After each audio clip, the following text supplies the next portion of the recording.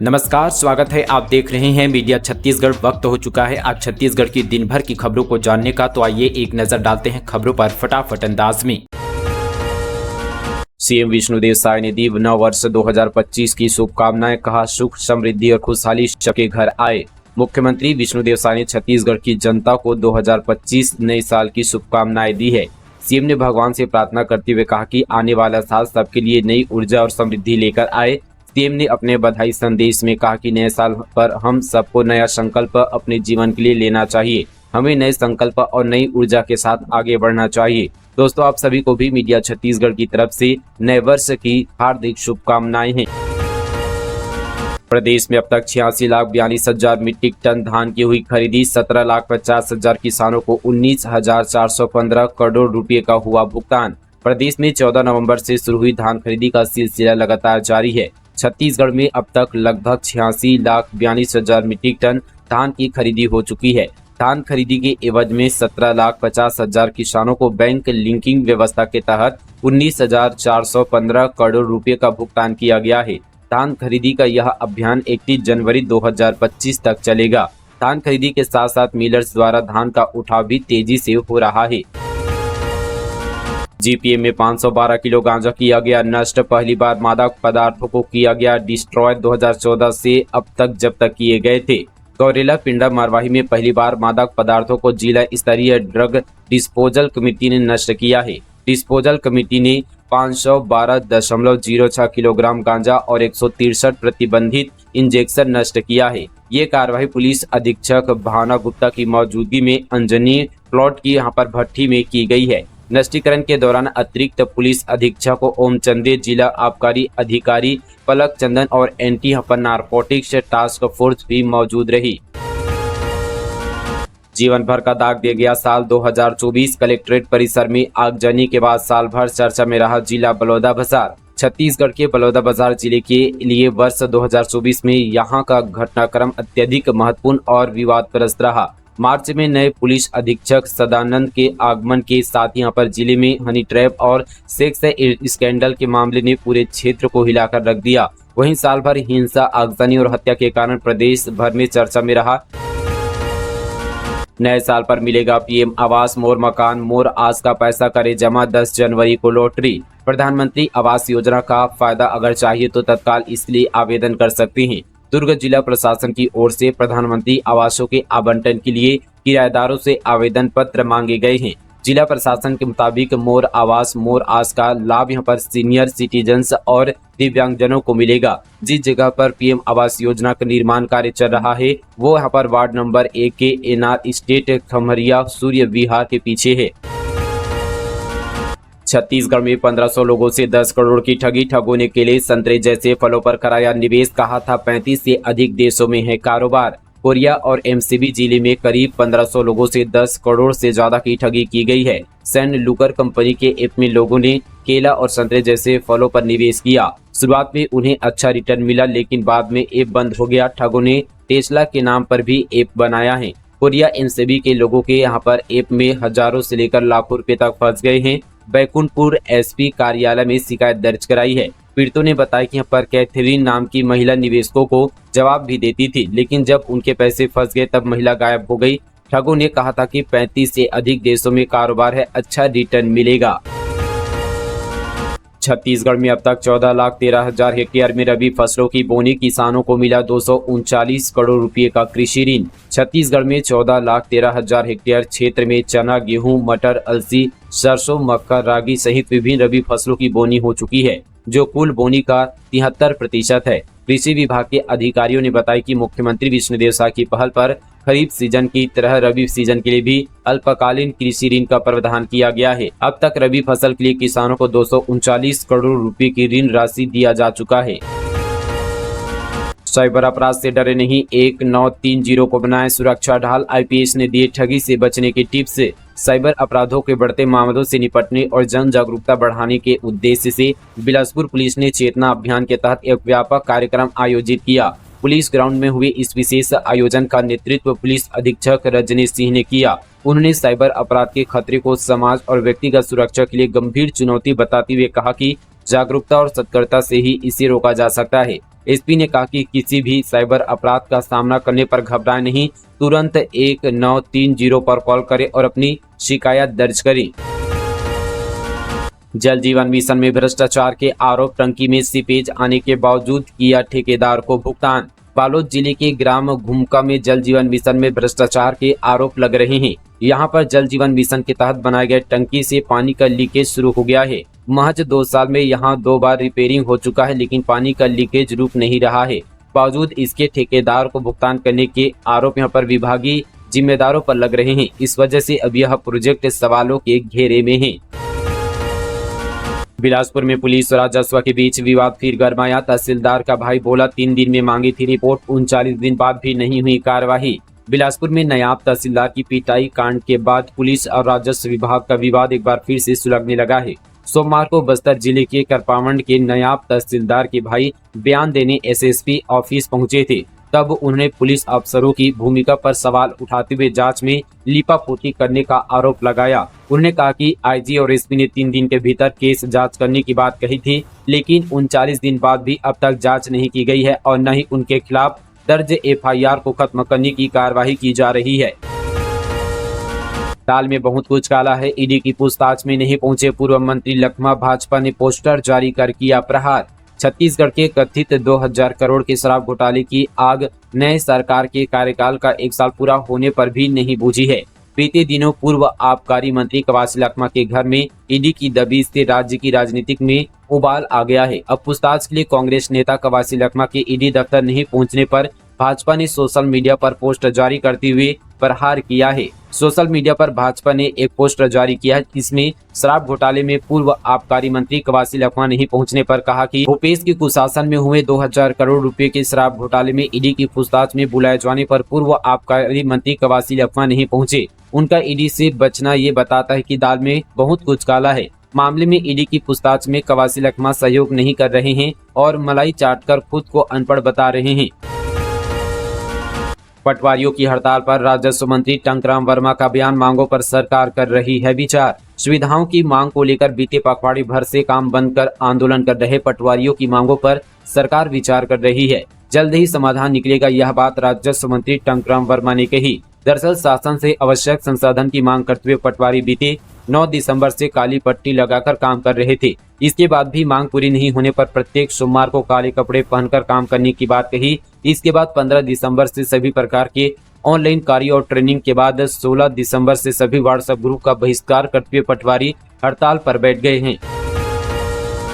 7 साल बाद भी अमृत मिशन योजना अधूरी। बिलासपुर समेत छत्तीसगढ़ के किसी भी शहर में 24 घंटे नहीं हो रही पानी सप्लाई। बिलासपुर में 24 घंटे पानी सप्लाई के खास मकसद से शुरू की गई अमृत मिशन योजना 7 साल बाद भी अधूरी है। ट्यूबवेल से सप्लाई बंद कर सरफेस वाटर यानी नदी बांध के पानी की सप्लाई की जानी थी, जिससे भूगर्भ जल को बचाया जा सके, लेकिन ऐसा नहीं हो रहा है। बिलासपुर, रायपुर, दुर्ग, भिलाई और कोरबा शहर की जल योजना अब भी ट्यूबवेल के सहारे चल रही है। आधिकारिक जानकारी के अनुसार छत्तीसगढ़ के 5 शहरों में ट्यूबवेल पर निर्भरता समाप्त नहीं हो पाई है। न्यायधानी बिलासपुर में सबसे बड़ी 22.50 लाख लीटर क्षमता की उद्दंड पानी टंकी से बांध की जगह ट्यूबवेल से सप्लाई की जा रही है। नोडल अधिकारी अनुपम तिवारी का कहना है कि अमृत मिशन की पाइपलाइन के ज्वाइंट की लीकेज अब तक दुरुस्त नहीं हो पाई है। इसका ट्रायल होने के बाद ट्यूबवेल बंद कर दिया जाएगा।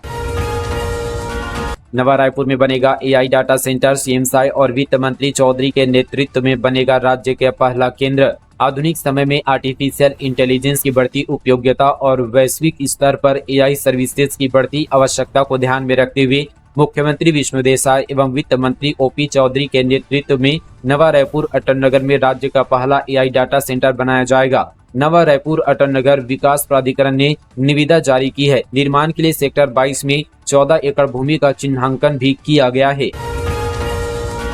रायपुर आएंगे प्रसिद्ध कथावाचक रमेश भाई ओझा। जैनम मानस भवन में श्रीमद् भगवत कथा की तैयारी पूरी। 2 से 8 जनवरी तक होगा आयोजन।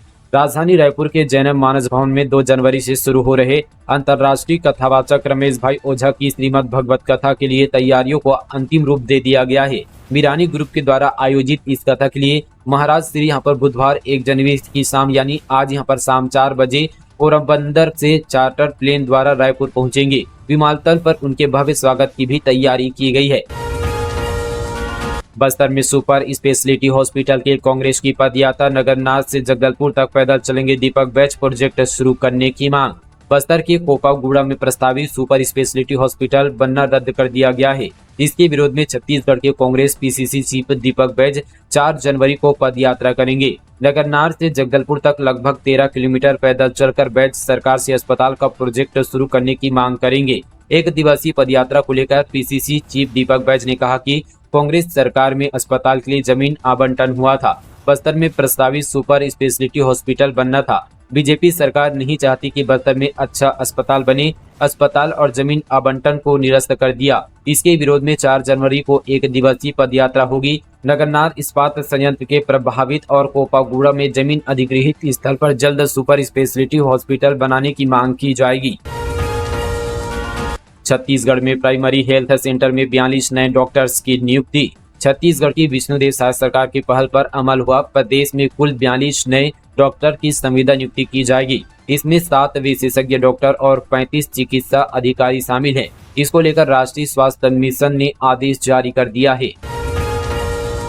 फिर महतारी वंदन योजना में फर्जीवाड़ा, सरकारी टीचर ले रही थी लाभ, निलंबन की हुई कार्यवाही। बस्तर के बाद महासमुंद जिले में भी महतारी वंदन योजना में फर्जीवाड़ा सामने आया है, जहां ग्राम पंचायत सचिव ने गलत जानकारी देकर अपनी शिक्षिका पत्नी का नाम महतारी वंदन योजना में जुड़वाया। सचिव पिछले 10 महीने से पत्नी के नाम पर पैसे का लाभ ले रहा था। मामला उजागर होने पर जहां कांग्रेस ने बीजेपी की इस योजना पर प्रश्न चिन्ह लगाया, वहीं दूसरी ओर सचिव पति और शिक्षिका दोनों को निलंबित कर शिक्षिका के खिलाफ थाना में मामला दर्ज कराया गया है। रायपुर में बच्चों की दवाइयों की आड़ में हो रही शराब तस्करी। राजधानी में बच्चों की दवाइयों की आड़ में पंजाब से शराब की तस्करी हो रही है। ये तस्करी फरिश्ता कॉम्प्लेक्स में मौजूद एक फ्लैट से हो रही थी, जहां आबकारी विभाग ने छापा मारा। यहां से बड़ी मात्रा में आबकारी विभाग ने शराब जब्त की है, जिसकी कीमत लाखों रुपए बताई जा रही है। यहां तस्कर पार्सल में बच्चों की दवाइयां हैं ऐसा लिखकर शराब की तस्करी करते थे, जिससे किसी को कोई शक नहीं होता था। दलित आदिवासियों के साथ बंद हो अन्याय और अत्याचार, एडवोकेट भगवानू ने किया राहुल गांधी के ट्वीट का समर्थन। छत्तीसगढ़ और मध्य प्रदेश के देवास में दलित युवक की थाने में मौत और उड़ीसा के बालासोर में आदिवासी महिलाओं की पेड़ में बांधकर पिटाई करने की घटना से लोगों में भारी आक्रोश है। इस मामले में जनता कांग्रेस छत्तीसगढ़ के मुख्य प्रवक्ता और अधिवक्ता भगवानू नायक ने तीनों ही मामलों में राष्ट्रीय अनुसूचित जाति आयोग, राष्ट्रीय अनुसूचित जनजाति आयोग, राष्ट्रीय महिला आयोग और राष्ट्रीय मानव अधिकार आयोग को संज्ञान लेकर कार्रवाई करने की मांग की है। उन्होंने इस मामले में कांग्रेस सांसद राहुल गांधी के ट्वीट का भी समर्थन किया है। छत्तीसगढ़ में नए साल का जश्न, जमकर की आतिशबाजी, बॉलीवुड सिंगर जसलीन ने झुमाया रायपुर में बेली डांस। दुर्ग, बस्तर, बिलासपुर में डीजे की धुन पर थिरके लोग। 31 दिसंबर बीतने के साथ ही 2025 का आगाज हो गया है। छत्तीसगढ़ में जाते हुए साल को लोगों ने नाच गाकर विदाई दी। साथ ही करीबियों, दोस्तों और रिश्तेदारों को मैसेज देने का सिलसिला शुरू हो गया है। रायपुर के यहाँ पर मुहूर्त रिसोर्ट में बेली डांस के साथ यहाँ पर अलग अलग रिसोर्ट होटल में न्यू ईयर पार्टी का आयोजन किया गया। प्रदेश के अलग अलग शहरों में लोगों ने जमकर आतिशबाजी कर नए साल का स्वागत किया।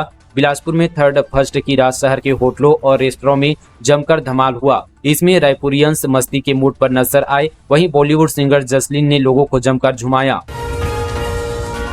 छत्तीसगढ़ में टीचर की बर्खास्तगी शुरू, करीब 2900 बीएड सहायक शिक्षकों की होगी सेवाएं समाप्त। डीपीआई ने जारी किया आदेश। हाईकोर्ट और सुप्रीम कोर्ट के आदेश पर सहायक शिक्षक के 2855 पदों पर योग्य अभ्यर्थियों की नियुक्ति के लिए आदेश दिए गए थे। इन आदेशों के परिपालन में लोक शिक्षण संचालनालय ने बस्तर और सरगुजा संभाग के बीएड धारित सहायक शिक्षकों की सेवाएं समाप्त करने का आदेश जारी किया है। यह कार्यवाही हाईकोर्ट के निर्देशानुसार की जा रही है। आदेश में यह स्पष्ट किया गया है कि डीएड अभ्यर्थियों की चयन प्रक्रिया को सर्वोच्च प्राथमिकता के साथ प्रारंभ किया जाए। एनआईटी में एक्सपर्ट सिखाएंगे हैकिंग, एथिकल हैकिंग समेत 3 कोर्सेज पर मिलेगी गाइडेंस। 6 जनवरी से 7 मार्च तक चलेगी क्लास। एनआईटी रायपुर में कंप्यूटर साइंस एंड इंजीनियरिंग विभाग सर्टिफिकेट कोर्स का आयोजन कर रहा है। 6 जनवरी से 7 मार्च 2025 तक साइबर फिजिकल सिस्टम विषय पर हाइब्रिड मोड में 45 दिन के सर्टिफिकेट कोर्स कराया जाएगा। इसमें 13 जनवरी से 29 जनवरी 2025 तक data science and its application पर 15 दिन की ऑनलाइन कार्यशाला और 27 जनवरी से 12 फरवरी 2025 तक ethical hacking and digital forensics पर 15 दिन की कार्यशाला आयोजित की जाएगी। इन कार्यशालाओं के मुख्य संरक्षक NIT रायपुर के निदेशक डॉक्टर NV रमना राव होंगे।